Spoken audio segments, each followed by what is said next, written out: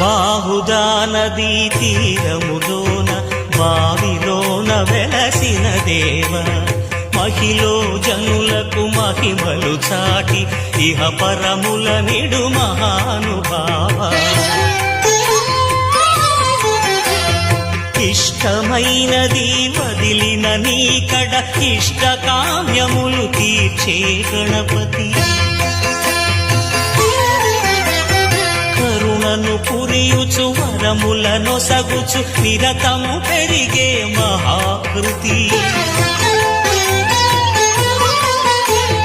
సకల చరాచర ప్రపంచమే సన్నుతి చేసే విఘ్నపతి, నీ గుడిలో చేసే సత్య ప్రమాణం ధర్మదేవతకు నిలుపును ప్రాణం.